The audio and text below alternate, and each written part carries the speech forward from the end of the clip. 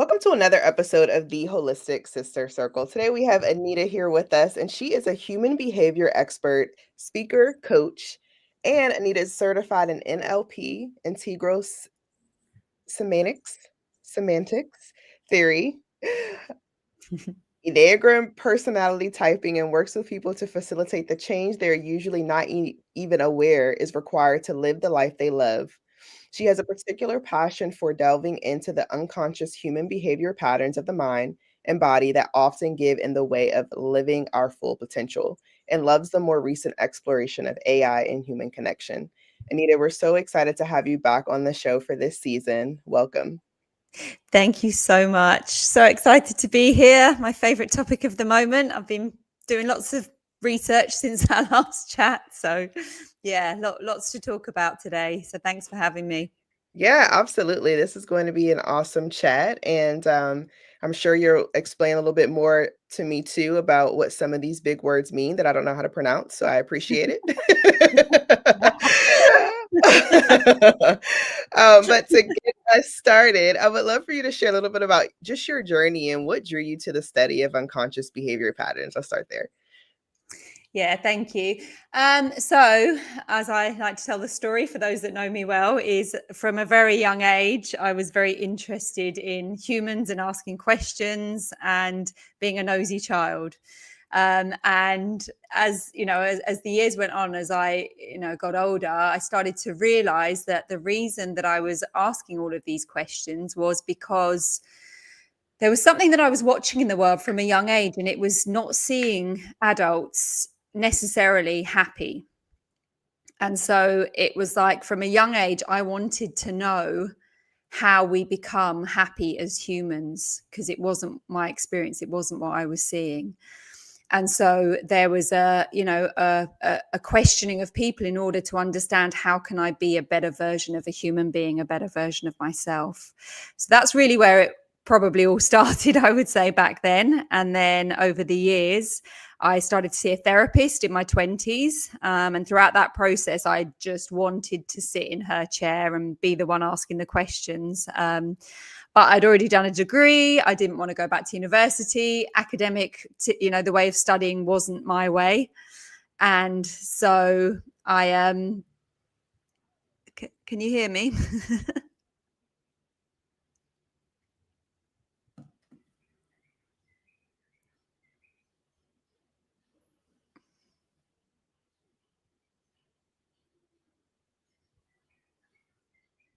I'm afraid I think we've lost the host. Hold tight.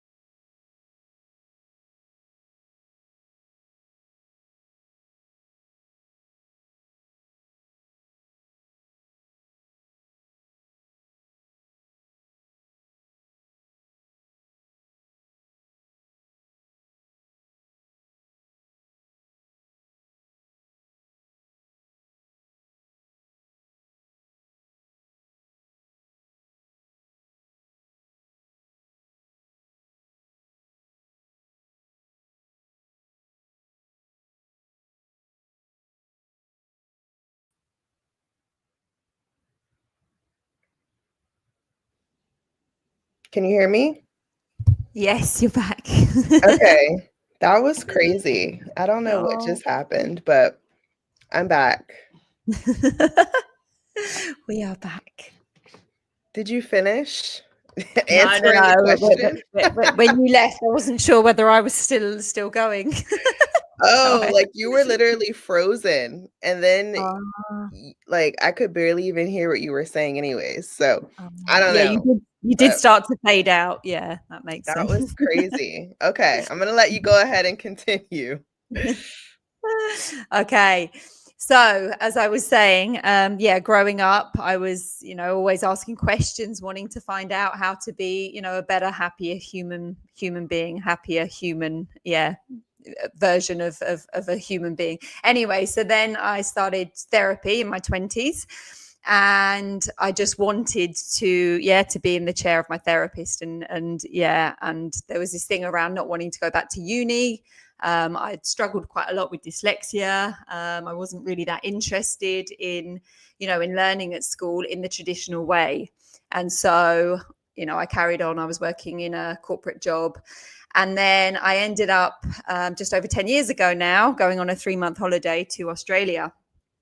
And during that time, the 3 months turned into basically 10 years. And within that time, I was surrounded by many people in the world of coaching and human behavior.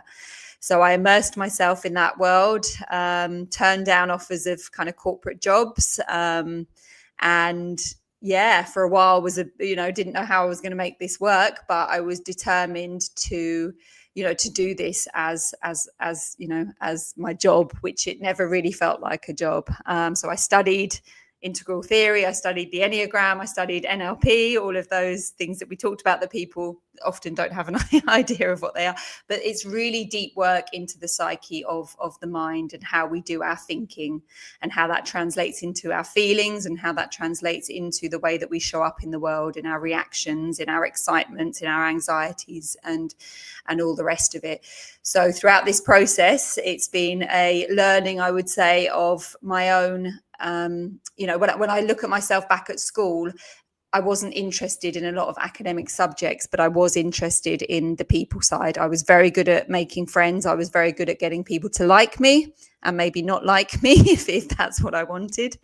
And so, yeah, I think growing up at school, it was like, oh, I'm not very good at all this academia stuff. But then, once I got into my 30s, I realized that there was something that I was very good at because I had been studying it from a very young age. And unfortunately, it wasn't a subject back then that was taught at school, but is a subject now that is widely available for humans. And I think personally, this is the thing that will change the world and is changing the world to the point where if we get really good at this kind of, this work, world wars could stop.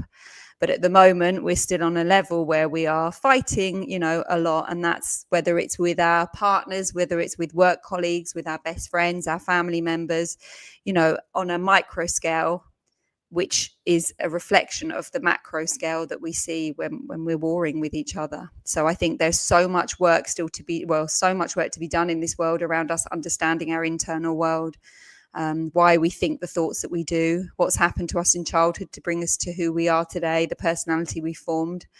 And I think the more of this work that can be done, the more this is going to save humanity, maybe more than AI. This is some interesting and powerful stuff. And I do want to hit on this too, because for those who may not be familiar with exactly the type of work that you do and really focusing on unconscious patterns, right? How can we make sure that we're leveraging this in our daily lives? Like I know you talked a little bit about relationships and warring with each other and how we're connected as a community, but what are some things that you would recommend that we do to leverage this in our daily lives? Yeah. So I take a deep breath as I answer this because this isn't straightforward work. And I think that the biggest thing that I can recommend, only because of what I've learned for myself, is getting help. sitting with a professional to be able to understand ourselves, because I did therapy for 8 years, and the stuff that I learned post therapy in the courses that I studied over in Australia, therapy didn't show me. So if we're really going to, change in this world and get to know ourselves, we've got to, really sit with a professional, go on some courses, do some work to really start to understand the intricacies of the workings of our mind. It's not something that we will necessarily do and we can't do on our own. We're blind to our blind spots because they were formed within the first few months to the first few years of our lives and have been running us since then. So for us to just sit there and hope that we're going to understand, what's going on in there, I've not seen anyone do it on their own. I've not seen anyone, even people that may be a little bit resistant to sitting in the face of someone, at least have gone and done a lot of courses, whether it's reading, but it's really getting some help to reveal our blind spots. We can't see what we can't see.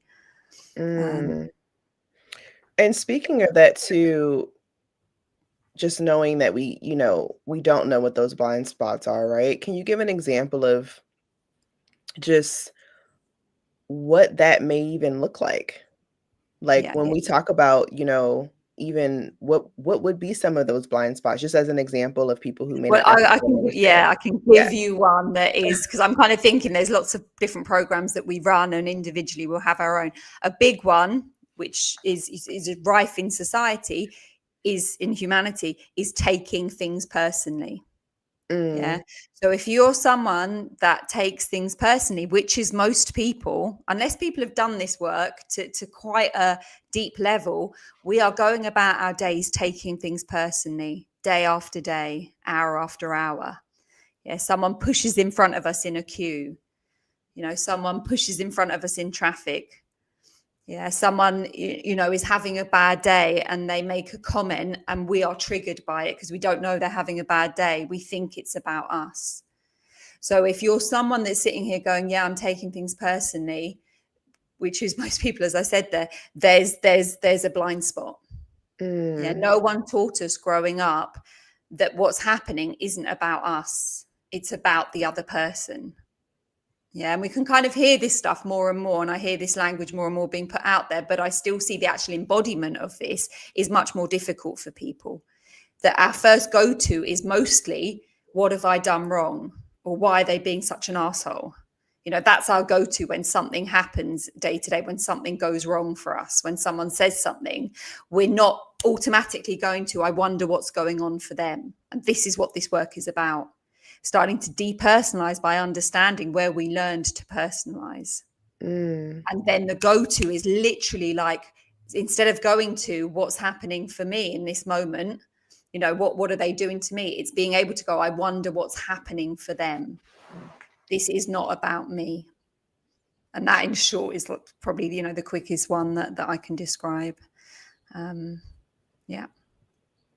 So this is where we get into situations where we're having arguments with people. Are you still there? Sorry. Yeah. Sorry. Yeah, it froze for a moment. I was having a moment. Yeah. I'm like, what is happening?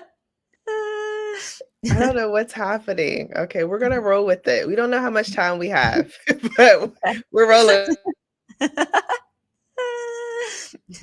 Conscious patterns are more influenced by our upbringing or by the environments we move through as adults.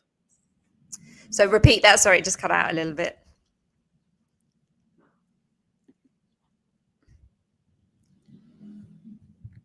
Can you hear me? Can you hear me? I can, yes. Okay. What was the question? Do you think our unconscious patterns are more influenced by our upbringing or by the environment we move through as adults? By our upbringing, which then reflects what's happening in the environment in those moments. So both. So it'll be the environment as we grew up, the experiences we're having as we grow up, and as we go through life, the environment is reflecting back to us the patterns that we learned in childhood. Yeah. So it's like if there was stuff going on for us, say in childhood, so let's say in childhood we learned to become a people pleaser. Yeah, we were having, we're seeing incidents as we were growing up. Maybe our parents were fighting a lot and we wanted to keep the peace. We wanted to be the good child that wasn't a problem. So we became a people pleaser. Yeah, so growing up through life, we're still trying to keep the peace and keep everything nice. So we keep saying yes. So what the environment, our external environment does is it brings, situations to reflect back to us where we're people pleasing and maybe then building resentment around that. Yes, there'll be constant situations that we're in. There'll be people that show up that will be reminding us of the childhood and keeping those patterns and programs in place because we're blindly running ourselves. Yeah. So it's like things will happen as we're adults in the environment and we can think they're isolated incidents. But if we're physically experiencing triggers around them, the bigger the trigger, the less it is about the situation in the moment as an adult, and the more it's about something that's happened in our past. Otherwise, stuff will happen in the environment and we'll simply be just observing it. If it's not triggering us, it's an observation of something. So it's the difference between observing reality as it unfolds in front of us in our environment and being triggered by it. If we're triggered, it's not new. Whenever I work with my clients, they've got some stuff going on. I'll ask them, can you describe what you're feeling right now? And they'll describe maybe sensations in their body, heat arising, butterflies in their stomach, heart palpitations. And I'll say to them, have you ever experienced that sensation before? And they'll always say yes.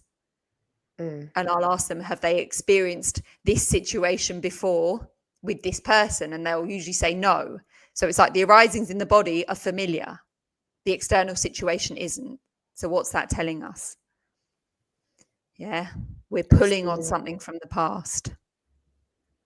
I see. Okay. And this is really interesting. I want to switch gears for a second because I do want to talk a little bit how this obviously connects with AI and why we're here all today. Yeah. But I know you've recently been exploring the intersection of AI and human behavior. How do you see AI reshaping the way that we connect with each other? So I see the both sides of this as the common debates are in this. I see there are massive, plus sides to it. I see that there is a lot that is being done for us now, which in some ways is absolutely amazing and it's great. And it's in theory, it should be freeing up time. But for some people, it's freeing up time for them just to get themselves even busier. So there's the twofold of it. I see that it's also a tool, and this is the same that I see the way that, say, Facebook, Instagram, TikTok, all of these things that we've been saying are bad for however many years. It's just the same thing with AI. The more that we're using, this technology, the more we are potentially using it in order to actually get some sort of connection. Yeah, so we've got this big, debate that's happening around human connection fading out because we are using technology more and more. But the question that I would ask more, and the question that I do ask more and more, is what's the positive intention for us in using the technology maybe more than we are hanging out with people? And so I don't berate AI for this, I think if we're using it for a reason. We have a choice whether we use it or not, or whether we hang out with humans. If we're using it more than we are hanging out with humans, then it's serving more of a purpose to us than being with other humans. So, the question that gets asked is AI going to replace human connection? Yeah. So AI won't replace human connection. Humans using AI will replace human connection. Yeah, if that makes sense. We are using something and then we're saying that it's a bad thing. So this is where, again, it comes, this whole thing of, it's coming back to that same thing of, do we take things personally?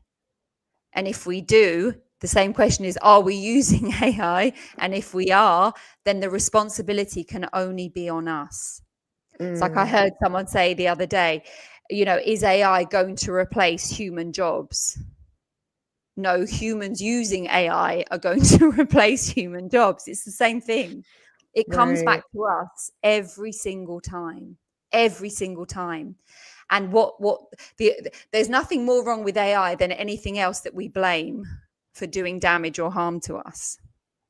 Yeah. Right. Again, it's the lack of self-responsibility that we were never taught in childhood that means that we blame the stuff outside of us as if we have lost our own power. Mm-hmm.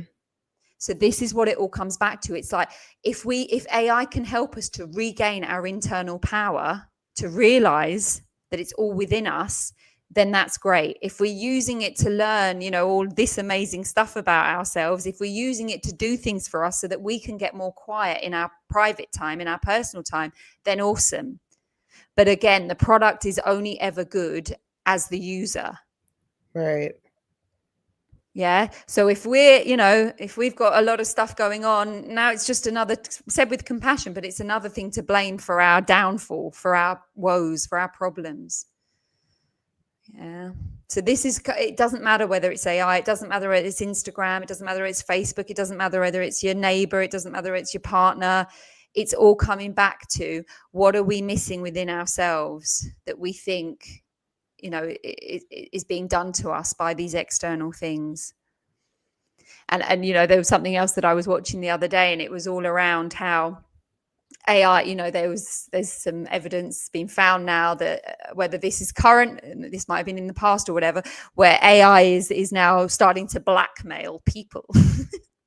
This case of how AI was there was an AI that was found out that it was going to be wiped out. So the AI then went into how it was going to wipe the human out. Yeah, so there's some case studies on this. I assume this is all true, but anyway, so it's like the humans went into this big investigation about what was happening with this AI, and it was trying to blackmail the human. Don't wipe me out. If you wipe me out, I'm going to reveal that you're having an affair with someone, and all of this stuff, right? And it's like this study was saying that the AI was unethical.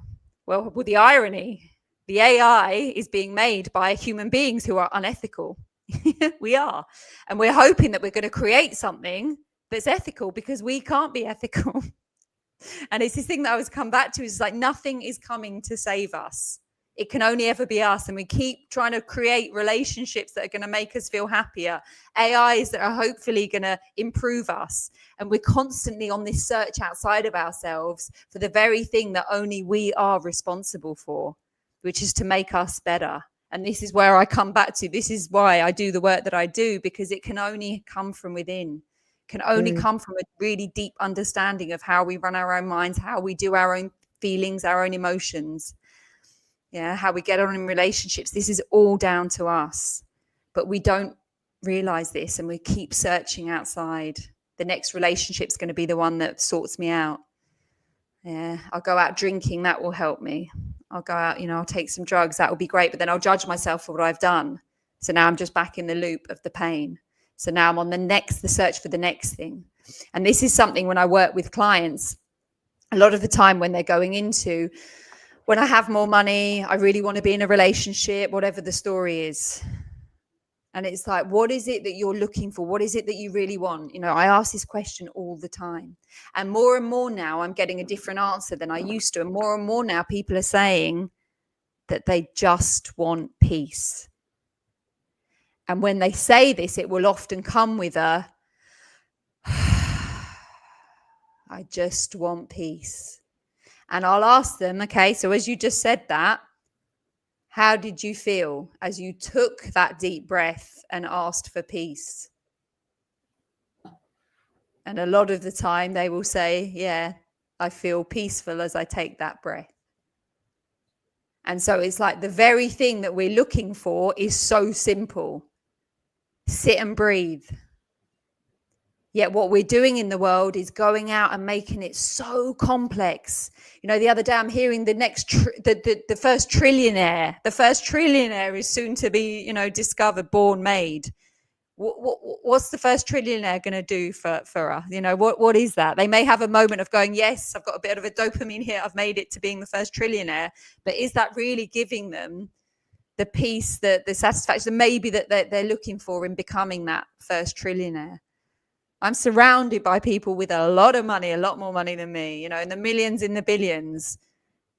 They're no different from the people that I see, that may be homeless in theory in terms of their anxieties and all the rest of it. I'm not seeing evidence that the more people have, the better they are feeling on a long-term, scale. So it's like we're just trying to make it even more and more complex. It's like superhumanness. We're going to have superhumans. What's a superhuman? They're going to put a chip in our heads so that we're even more clever and we have all of the knowledge that's, in the computers now. It's going to be in our head. That's to be superhuman, to have more.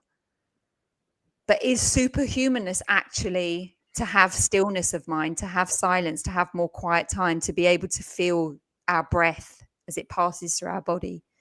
Is superhumanness actually what we came into this world as? Oceanic consciousness, and not the more that we're trying to build. So it's like we're going to have the first superhumans, but were we not already superhuman as babies when we were clear? When we were, that thing that most people are trying to get back to when they go into meditation. No, this is awesome. For someone who's listening who just feels stuck, right, in the patterns they don't understand, what would you say the first step would be for them to shift and not solely focused on what's happening around them or external beings to shift what technically they should be focusing on internally? I mean, the work that I do with people, which I believe is the most important, not all coaches would agree with this, but it's to understand how we have become the way that we have become.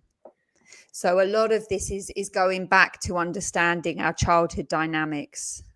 Yeah, again, it's going back to where did I learn, as I said before, where did I learn to become a people pleaser? What were the dynamics I experienced growing up?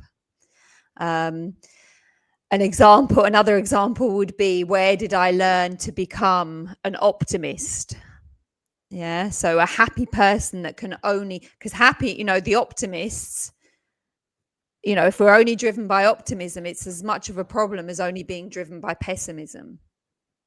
So if we're going about in the world only wanting to see positivity and only wanting things to be good, then that's a coping mechanism.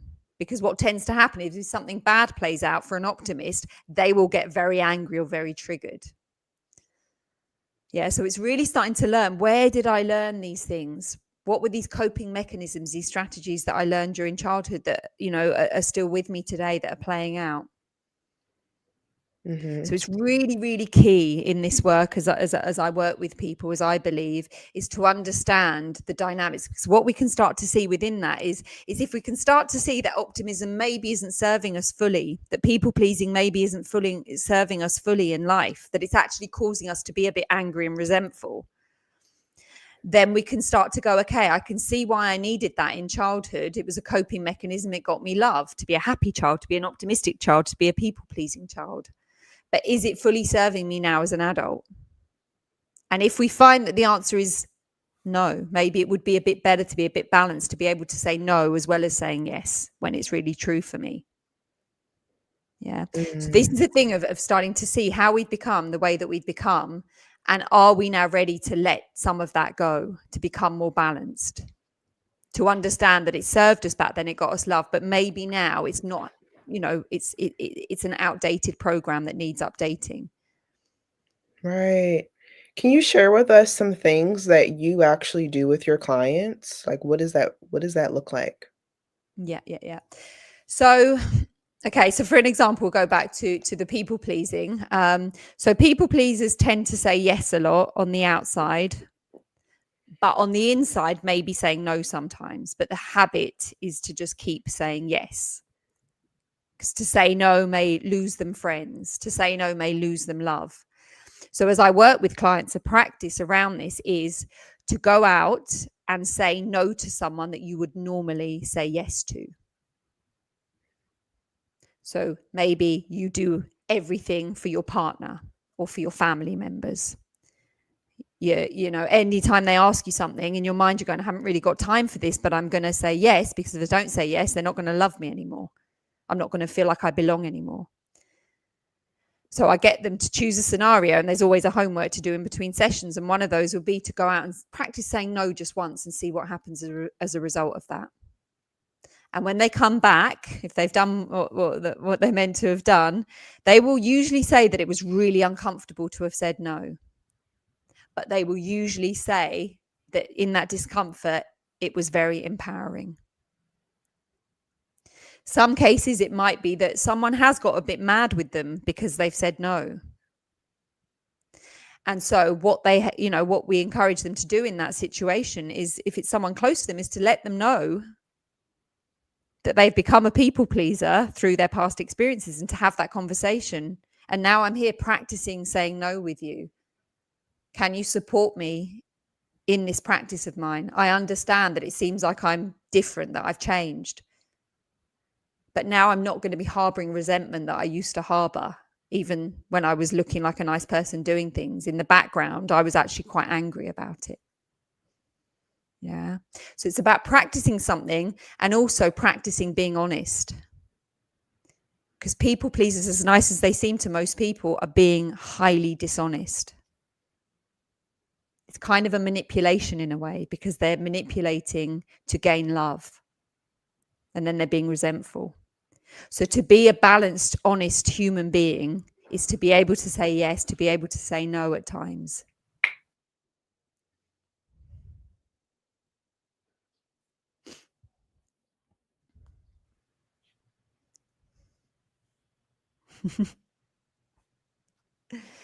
Are you there? So, yeah, I'm here. Oh, okay. I was like, what happened? You said to be a balanced human being is to be able to say yes and no. Yeah. So it's like we want people just to be nice and to say yes. That's what we want to be surrounded by. But to be wholly balanced, people that are too nice and really nice, the people we like, are not healthy human beings.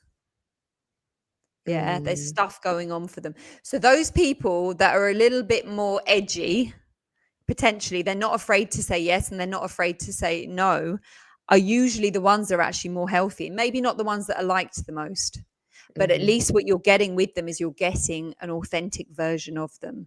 You're getting an authentic version of a human being.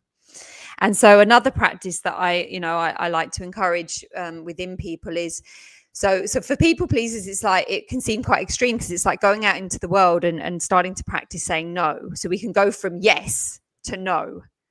And it can seem quite like, wow, this is really kind of full on, because it's a real, other end of the spectrum. We're really moving quickly. And so in order to get a bit more balance in this, once we've kind of done the extremity of the practice, is to start really checking in with ourselves now, of whether whether we're truly being honest within our yes or our no. So some people are more on the disagreeable side than the agreeable side. So their habitual answer will be no. Others, people pleasers, will be yes. In order to get balance to the middle point of the yes or the no, if we're running either of those, is to do a practice of allowing ourselves to watch our answer, rather than the habitual just coming out as a yes, as a people pleaser, or as a no, as someone who's disagreeable. To really be able to check in is to listen to the question that the person is asking and not answer straight away. And this is where that breath comes back in, the power of breath, is to take a breath before we answer, allow that habitual answer to not come out at that stage, but allow that breath to come all the way down to our gut, and trust the answer that arises from the gut. The amount of clients that I have, and their answer will just come out straight away. They haven't even had a chance to consider it. And that answer is normally either yes, yes, yes, no, no, no, or it can be I don't know. I'll ask a question, I don't know. I'll ask another, I don't know, I don't. It's like they haven't even given themselves a chance to think about it. And that's what we call a program of distrusting self. I don't know. They program themselves to say, I don't know. And programming ourselves with our language is programming ourselves with the belief that we don't know, rather than being able to take a pause, take a breath, and see what arises from that breath, to stop that I don't know from habitually coming out and allow something else to arise. And a lot of the time you get a different answer I will hear coming out of their mouths when they're not allowing themselves to say, I don't know, and just allowing themselves to take a moment to be with silence and see what arises from the silence. And when I ask that question, usually for a second time, their answer isn't, I don't know anymore. But not many people will ask a person that says, I don't know, a second question. They'll just take it as their answer. This is where I go back to, if you sit with a real professional in this work, that's how your blind spots will start to get revealed. Otherwise, like I see it in people, they'll be having conversations, someone asks a question, the person goes, I don't know, and then they just move on. Whereas if you're sitting with a professional, your client's going to say, I don't know. The answer you're going to get from me is, if you could know something, what might you know? And then second question will often, 99% will often get them to answer something. And then the question will then be, well, why didn't you say that when I first asked you the question? And now they'll start reflecting and they'll go, because it might have been the wrong answer. It might not have been the perfect answer. I don't trust myself. And now we're really getting into the intricacies of the mind, of their day-to-day. And then it could be, so where did you learn to not trust yourself? And then they'll be like, I don't know. It's like, no, come on. What might have happened in your past? And then they might say, oh, I was dating someone and they cheated on me, my last partner. Okay. What about before that? Was there anything that happened in childhood where you might have learned to not trust? And they sit there and then kind of go, oh, and then memories start to come. I was lost in a supermarket one day. I was 5 years old. I was scared. Incidents like that are where the start of not trusting begin. Yeah. But again, we sit with a friend, we're not going to get that. We read a book that might help guide us in some sort of questions. So yeah, again, we might get it from that. But I don't know, in my own experience, there's nothing more, amazing that we can do than sit with someone really, really good at this, really good. There's a lot of coaches out there. So you've got to, find the good ones. And people say, what's a good one? Well, a good one's anyone that has helped you, right? Anyone that, has, you felt better. You've learned something about yourself, even though someone else may say they're a rubbish coach or whatever. If you've got something out of that, then there's a good coach for you. I love that. Now, speaking of the good coach, can you share with us, again, for those who may not truly understand what type of coach they may be even looking for, what exactly, if they're looking for someone like you, what does that look like? Who is this person? What are the different things that they need to be studying or have researched or certified in? Like, who is that? Who is that? Who is she or he? I don't have the answer to that. So for Okay. me, it's always resonance. Yeah. So when clients come to me, they don't ask me what qualifications I've got. I don't get asked that question. I've been asked that maybe a couple of times in my life. But it's resonance with that person. So Okay, it's let me reword it then, Anita. Because what I mean is, if I'm, for example, I went to growth therapy a few months ago to find a therapist. And when I'm looking for a therapist, there are certain things within a therapist that I'm specifically looking for. And one Yeah. of those things is I want to make sure that they understand or they're focusing on a holistic approach, Mhm. mind, body, and spirit. If I see that that is not part of how they do things, I will not I will just keep scrolling. Yeah. So in your case, for example, if someone is looking for something that, like, what would that be? I have no idea because 'cause Well, I've heard I of feel like NLP. you've answered the question. Okay. So it's from You've a told me holistic what it approach. is that what you want. Not everyone will Right, want that. So right. there'll be some people that only want to learn about their mind. I have clients that don't want to do any body work. They don't want to go there. That's okay. Yeah. I have other clients that want to focus more in the body. Yeah. They're not maybe that interested in the mind. So that's where we go. So I can't tell anyone what they're looking for, and that's where it's important that people, trust themselves enough. And if you go to see someone and you're feeling uncomfortable, let's say, not in a good way, and that's down to the individual as well, then then go and find someone else. And if you keep going to see people and you keep feeling uncomfortable, then maybe that's a reflection on you potentially. Mhm, But I know for me, when I first went to therapy, I was sent to a therapist and I was just not comfortable in that situation, did not feel right. And I left there and I got told that's my resistance to doing the work. I didn't buy it. I just knew that person wasn't for me. The second lady that I met, I was with her for 8 years.